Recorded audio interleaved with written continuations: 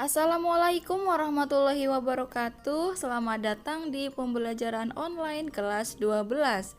Pada materi kali ini kita akan belajar tentang soal dan pembahasan limit fungsi trigonometri kelas 12.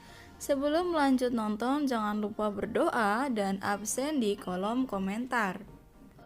Untuk yang pertama, kita akan membahas 6 rumus limit fungsi trigonometri untuk x mendekati a. Yang pertama, di sini ada limit x mendekati a untuk sin x. Di sini berarti kita akan mensubstitusikan nilai x mendekati a, maka kita akan mengganti nilai x ini menjadi x yang mendekati, ya. Yang pertama, limit x mendekati a untuk sin x, yang kedua ada limit x mendekati a untuk cos x. Untuk tangan x dengan kosekan x, ada sekan x, ada kotangen x. Semuanya kita akan substitusikan nilai x-nya dan kita akan ganti nilainya kepada x mendekati a. Jadi semuanya kita akan ganti nilai x ini kepada nilai yang mendekati. Contohnya begini. Limit x mendekati pi per 6 atau 30 derajat ya. Untuk cos x, maka yang perlu kalian ketahui, untuk mensubstitusikan nilainya, kalian tidak perlu menuliskan limitnya kembali. Cukup langsung menuliskan cosnya. Ya, sekali lagi, ketika mensubstitusikan nilai x, limitnya tidak perlu kalian tulis kembali. Maka langsung saja cos x berarti cos pi per 6.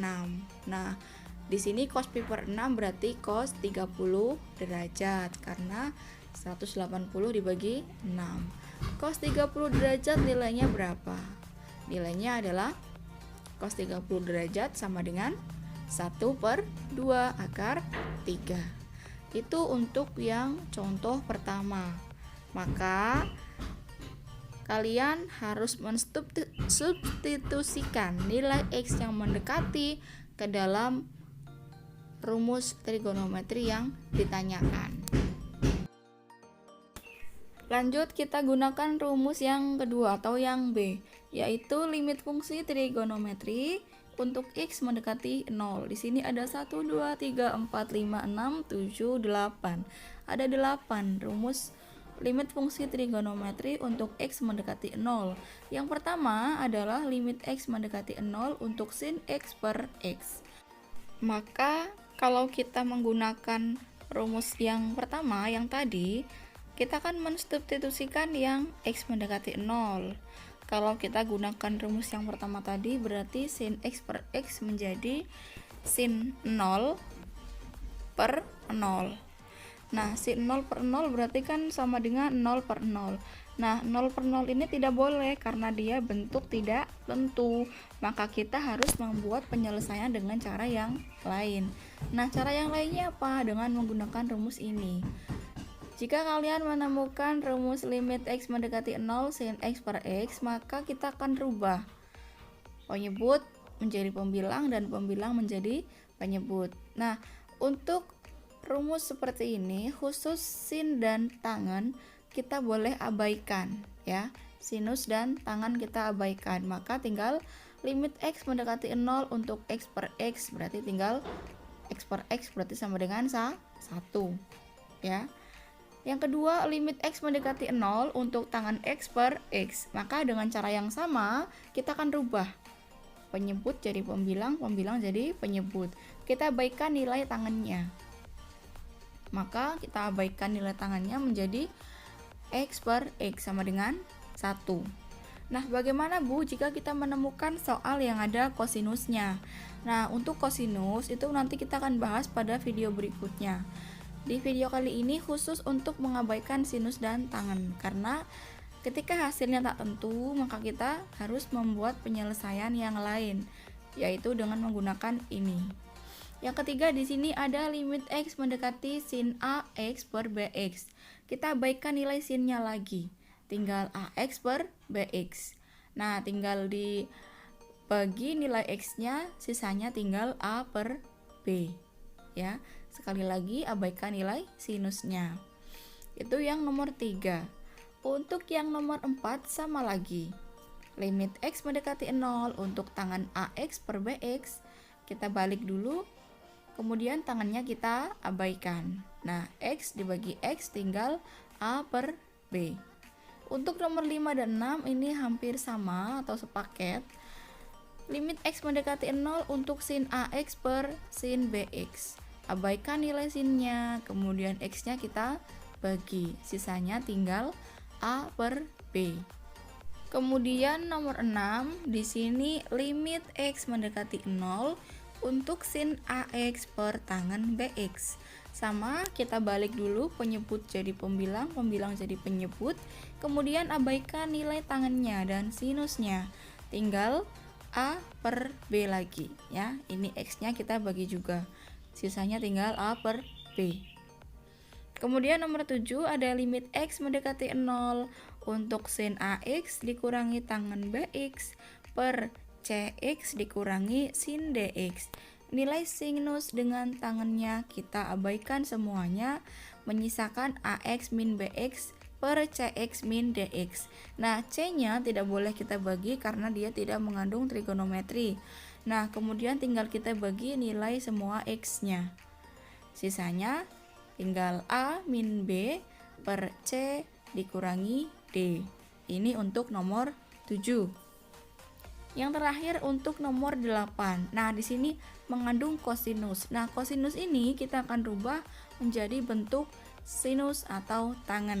Nah, pembahasannya limit X mendekati 0 untuk 1 min cos X per X sama dengan 0. Nah, ini asal muasal menghasilkan 0 ya. Perhatikan pembahasannya dan jangan lupa ini dicatat karena ini penting sekali untuk kalian ketahui. Yang pertama, kita jabarkan dulu nilai cos X-nya menjadi bentuk sinus dan tangen. Nah, bagaimana merubahnya? Kita perlu menghafalkan rumus identitas trigonometri, rumus sudut rangkap, rumus penjumlahan, dan lain-lain ya. Kalian buka lagi buku-bukunya untuk mengetahui rumus-rumus identitas yang ada. Nah, pertama kita tulis dulu 1 min cos X per X ya. Nah, cos X ini kita akan jabarkan menjadi bentuk cos setengah X ditambah setengah X. Karena setengah tambah setengah nilainya 1 ya. Nah, nilai cos setengah X plus setengah X ini menggunakan rumus jumlah. Berarti apa? Cos ju berarti koko mi sisi. Cos dikurangi sin. Berarti cos setengah X dikali cos setengah X dikurangi sin. Sin X dikali sin X. Nah, ini ya, koko mi sisi. Singkatannya biar kalian cepat ingat.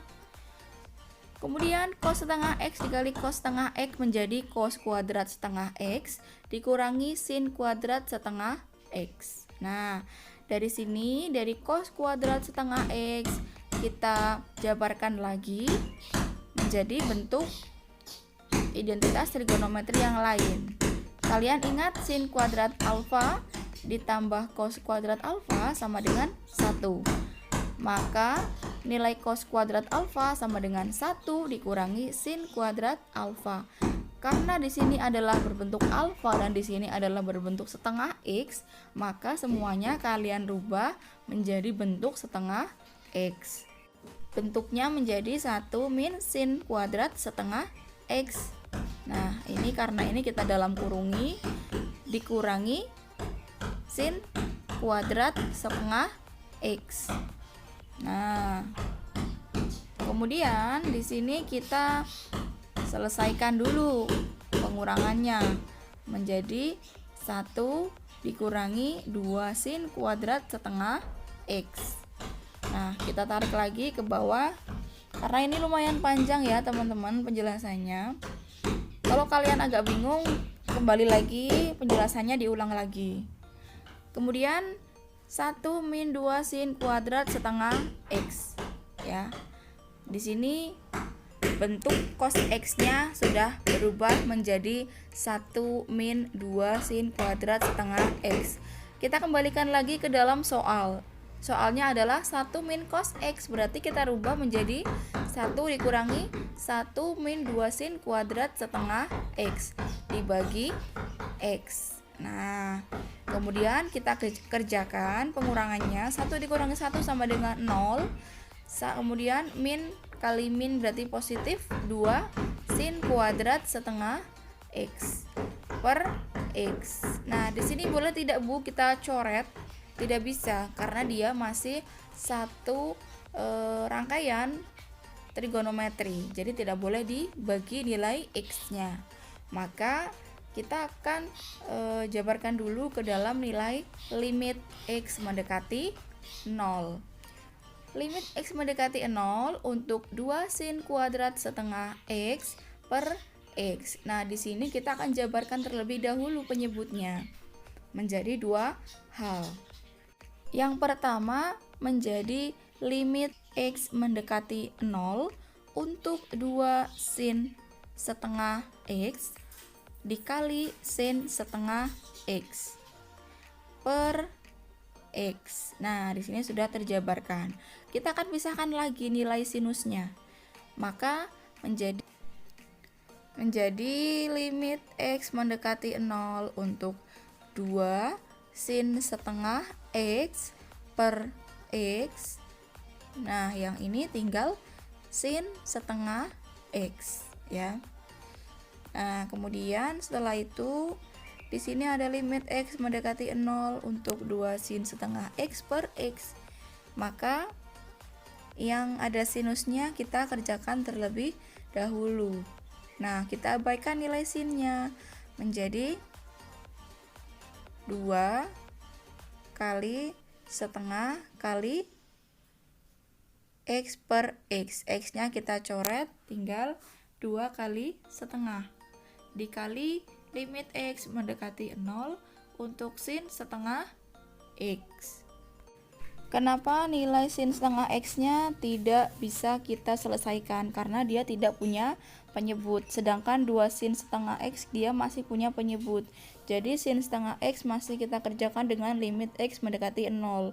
Kita kalikan 2 kali setengah sama dengan 1 kali limit X mendekati 0 untuk sin setengah kali X. Kita masukkan ke dalam sin setengah X, berarti 1 dikali sin setengah kali 0 sama dengan 1 kali sin 0.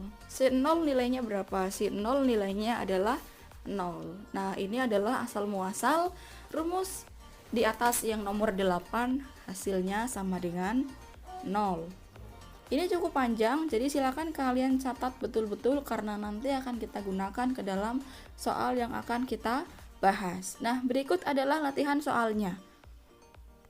Soal nomor 1, di sini ada limit X mendekati pi per 4 untuk sin X dikurangi tangan X. Yang pertama kita hitung dulu pi per 4. Pi per 4 berarti nilainya adalah 45 derajat. Tinggal kita substitusikan ke dalam nilai sin dan tangannya. Nah, di sini kita tulis dulu sin pi per 4 adalah 45 derajat, berarti nilainya tinggal kita masukkan ke dalam jawabannya. Sin X dikurangi tangan X, berarti sin 45 derajat dikurangi tangan 45 derajat. Kita tuliskan di sini sin 45 dikurangi tangan 45. Sin 45 nilainya berapa? Nilainya adalah setengah akar 2 dikurangi tangan 45 derajat, nilainya adalah 1. Selesai Bu? Selesai. Karena bentuk akar yang tidak sama tidak boleh dikerjakan. Soal nomor 2, limit X mendekati pi per 6. Pi per 6 nilainya adalah 180 dibagi 6, nilainya adalah 30 derajat. Tinggal kita substitusikan lagi ke dalam soal, berarti 2 kali sin 2 kali 30 derajat sama dengan 2 kali sin 60 derajat. Berarti 2 kali sin 60 derajat sama dengan setengah akar 3 sama dengan akar 3. Soal nomor 3. Limit X mendekati 0 untuk sin X dikurangi tangen X per 2X. Tinggal kita jabarkan bentuk penyebutnya. Karena dia adalah bentuk pengurangan, maka kita akan pisahkan menjadi dua bagian, yaitu sin X per 2X, kemudian dikurangi tangen X per 2X. Dengan menggunakan rumus yang A atau yang pertama, kita abaikan dulu nilai sinus dan tangennya. Tinggal X per 2X dikurangi X per 2X. Nah, di sini kemudian kita sederhanakan lagi. Bentuknya menjadi 1 per 2, karena X-nya kita sederhanakan. 1 per 2 dikurangi 1 per 2, nilainya adalah 0. Ya. Soal nomor 4. Limit X mendekati 0 untuk 2 sin 4X per 3 tangen 3X. Nilai sin dengan tangannya kita abaikan. Tinggal 2 kali 4X per 3 kali 3X. Nilai X-nya kita sederhanakan, tinggal 2 kali 4 per 3 kali 3. 2 kali 4 sama dengan 8 per 3 kali 3 sama dengan 9. Jadi nilainya adalah 8 per 9. Untuk soal yang nomor 5, silakan teman-teman kerjakan, kemudian kumpulkan di WA Ibu. Kerjakan dengan langkah-langkah yang sesuai dengan contoh tadi. Materi kali ini cukup sampai di sini, semoga bermanfaat. Saya akhiri. Wassalamualaikum warahmatullahi wabarakatuh.